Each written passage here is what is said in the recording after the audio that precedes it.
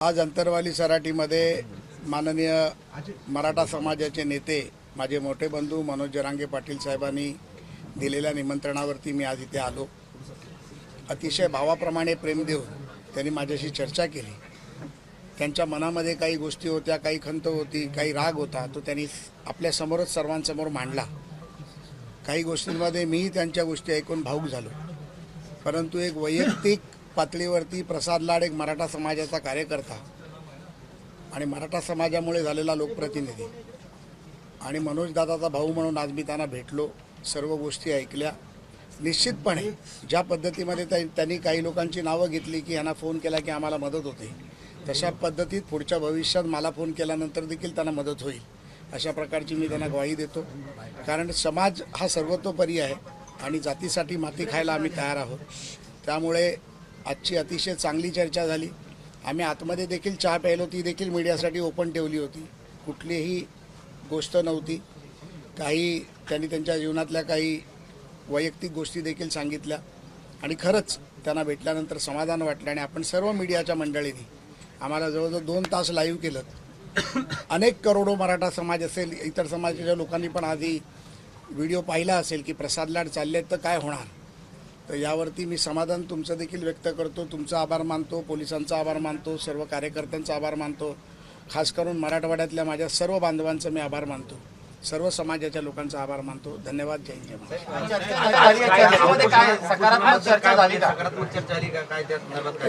दादांनी सांगितलं की 28 तारखेपर्यंत तुम्ही आम्हाला उत्तर द्या। आता उत्तर उपसमिती देणार आहे। या बाबतीत देखील लवकरच मुंबईला पोहोचून आजच संध्याकाळपर्यंत मी पोहोचेन आणि उद्या परवापर्यंत दादांशी मी फोनवरती बोलून घेईन। मुख्यमंत्र्यांना सांगणार आहे ते चर्चेसंदर्भातला सारांश। तुम्ही परत त्याच प्रश्नावर येतात। मी परत तुम्हाला सांगितलं, त्यांनी 28 तारखेपर्यंतची वेळ दिली आहे। 28-29 तारखेपर्यंत त्यांना जे अपेक्षित उत्तर आहेत ते त्यांनी दिलेले, मला जे प्रश्न आहेत, त्यांच्या ज्या भावना आहेत त्या घेऊन मी चाललो आहे। कुठल्याही गोष्टीमध्ये मला वाटतं की मीडियाने पण घाई करू नये, मग त्याच्यामध्ये धचा मा होतो। त्यामुळे त्यांच्या ज्या मागण्या आहेत त्या वास्तविक मागण्या आहेत, ज्या सरकारने मान्य केलेल्या मागण्या आहेत, त्याच्यावरतीच ते पुन्हा म्हणतात की हे करायला पाहिजे। ह्या बाबतीत मुंबईत जाऊन चर्चा करेन आणि 28-29 तारीख दादांनी दिलेली आहे, त्या वेळेत आम्ही निश्चितपणे चर्चा करून मी फोन करून दादांना सांगितलं।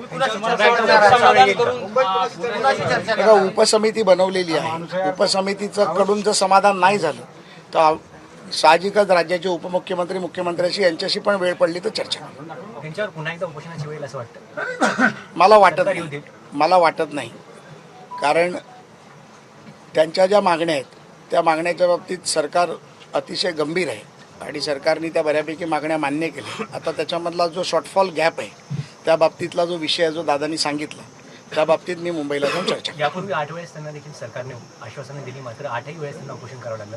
9व्यांदा त्यांनी उपोषणाची घोषणा केलेली आहे। आता वाटतं की उपोषण मी म्हटलं ना, मला 29 तारखेला मी पुन्हा येईल। आता मुख्यमंत्री साहेबांशी काही फोनवर बोलणं झालं का तुमचं? नाही, गॅप काय सांगेन तुम्हाला सगळं। तुम्हाला सांगितलं तर मग दादामध्ये आणि माझ्यामध्ये गॅप का राहणार? पाटील साहेब, काय कुठले कुठले मुद्दे तुम्ही त्यांना दिलेले आहेत जे अजून प्रलंबित आहेत असं तुम्हाला वाटतं? मी त्यांना सविस्तर तुमच्या आता समोरच चर्चा केली। आपण काय अंधारात काय नाही, तेवढाच अंधार होता आत्ता। फक्त ते दार उघडं ठुलतं बाबा, आम्ही चहा घेतलाय फक्त आणि बाहेर आलो। सातारा संस्थांचा गॅजेटियरचा GR सरकारनं काढला आहे, त्याचे प्रमाणपत्र देण्यात यावं। तिचं तुम्ही उद्या परवापर्यंत ते होण्यासारखं आहे। ते काय नुसते आदेश द्यायचे फक्त अधिकाऱ्यांना की प्रमाणपत्र स्थानिक चौकशी अहवालाप्रमाणे तुम्ही ते प्रमाणपत्र द्या आणि व्हॅलिडिटी पण द्या। ज्यांचे कुणबी प्रमाणपत्र निघालेत त्यांची व्हॅलिडिटी तातडीनं द्या। हे एक साधा आदेशाची आवश्यकता आहे। त्याच्यासाठी काय सुधारित GR काढायचा किंवा असा काही प्रकार असण्याचं काही कारणच नाही, किंवा कॅबिनेट बोलवायला लागती किंवा असा पण प्रकार नाही, किंवा विशेष अधिवेशन बोलावं लागतं असा पण काही प्रकार नाही। तर राज्य सरकारच्या वतीनं मुख्यमंत्र्यांनी सांगायचं आहे की जे सत्य आहे ते करावं लागतं आहे। गॅजेटियरचा GR आम्ही दिला आहे तर आम्ही तुम्हाला कुणबी प्रमाणपत्र देतो आहे। ज्यांच्या नोंदी सापडल्यात त्यांच्या पण देतो आहे आणि 58 लाख नोंदी निघाल्यात त्यांची कुणबी प्रमाणपत्र तातडीनं देऊन लोकांना पण सांगा की तुमची नोंद निघाली म्हणून या विषयावर चर्चा झाली. सातारा संस्थांचा जे आर उद्या सोमवारी सुद्धा काढू शकते, ते कॅबिनेटला सोमवारी मंगळवारी सुद्धा त्यांच्या मनात असेल तर ते ताबडतोब काढू शकते, असंही होऊ शकतं.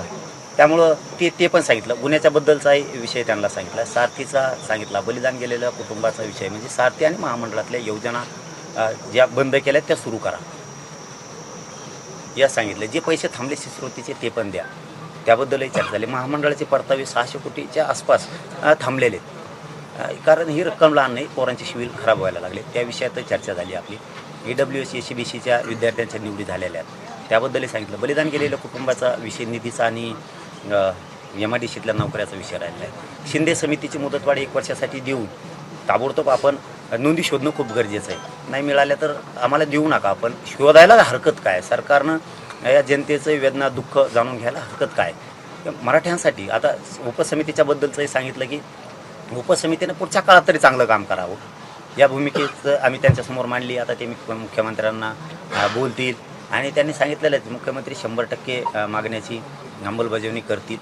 त्यांनी तो आत्मविश्वास दिल्यामुळं तर आम्ही त्यांच्यावर विश्वास ठेवून त्यांना इथपर्यंत बोलवलं आहे. आमची नवीन फक्त एक मागणी आम्ही त्यांच्याकडे केलेली की मराठा आणि कुणबी मंत्रालय सेपरेट असू द्या, समाजाच्या लेकराबाळांच्या आयुष्याचं कल्याण होऊन जाईल, एक सेपरेट यंत्रणा उभी राहील, त्या यंत्रणेच्या माध्यमातून गरिबाला अडचणी येणार नाहीत. असं एखाद्या दिवस मंत्री अधिकारी उपलब्ध नसते तर ते त्रास थोडा कमी होऊन जाईल.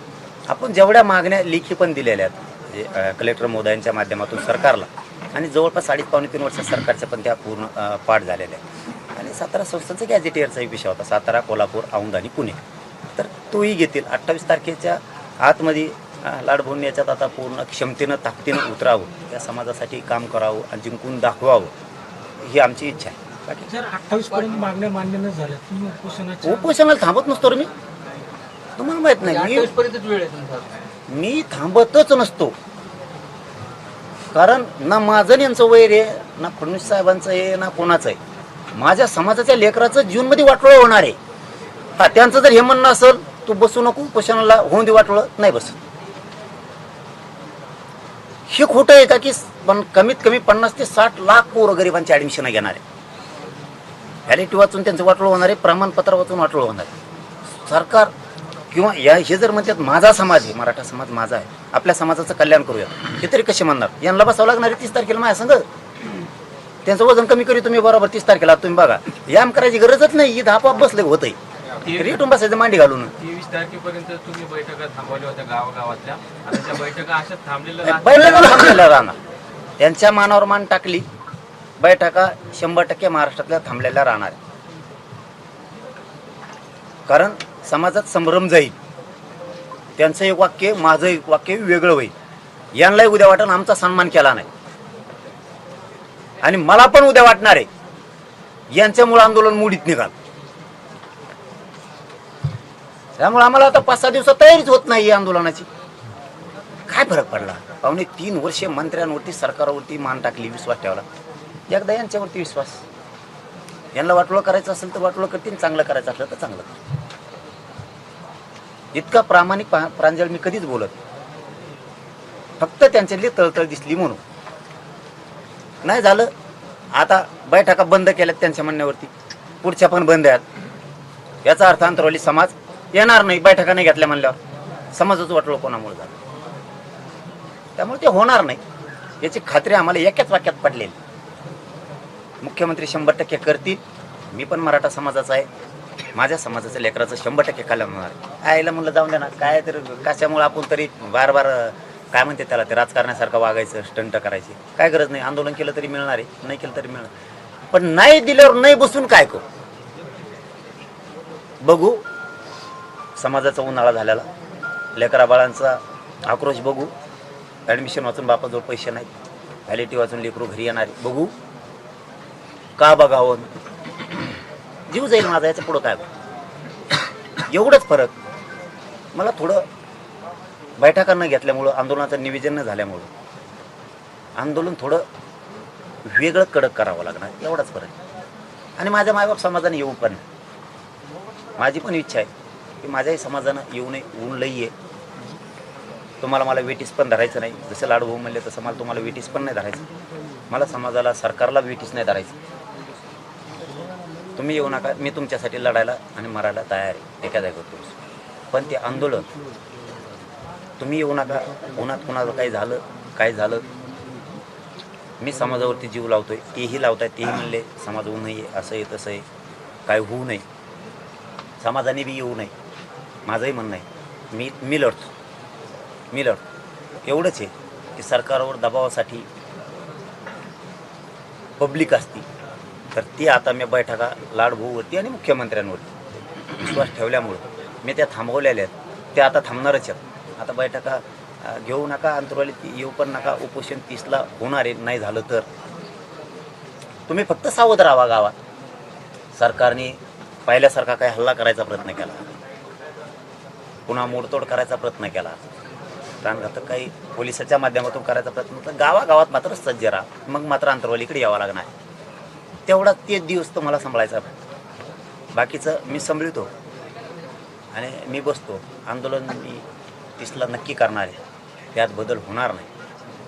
तर थोडं आंदोलनाची स्टेप बदलावं लागेल, एवढंच मला करावं लागेल. त्याला माझा नाविलाज. आंदोलनात लाट झाली असणार. मी तर आता या म्हणू शकत नाही, पण तेच म्हणले. पण मला नाही वाटत खरंच होईल. खरंच सांगतो मी तुम्हाला. मला काही लोकांनी सांगितलं त्यांच्या जवळचे, ते मुख्यमंत्र्यात लय जवळचे, लय चाबरे माणसं असते तर ते दम नाही खात, लगेच कुठं सांगत येत. ते म्हणते अरे लय भारी माणूस आहे म्हणे, तुम्ही धरला ना आता त्याचं मुख्यमंत्री लय चांगलं, एखादी झपका होऊन जाईल म्हणे. झालं मला नाही वाटत 30 तारखेला आंदोलन करायची गरज लागेल. पण मला नाविलाज पण होऊ शकतो, नाहीच झालं, मुख्यमंत्र्यांनी त्यांचं नाही ऐकलं, मग काय असंही होऊ शकतं. नाही ऐकलं तर पण मला सांगितलेलं ते खरं आहे भाऊ, की लोक म्हणते तेले जवळचे होऊ शकतं. जाऊ द्या, समाजाचं कल्याण होईल ना. जाऊ द्या, चला, धन्यवाद. धन्यवाद.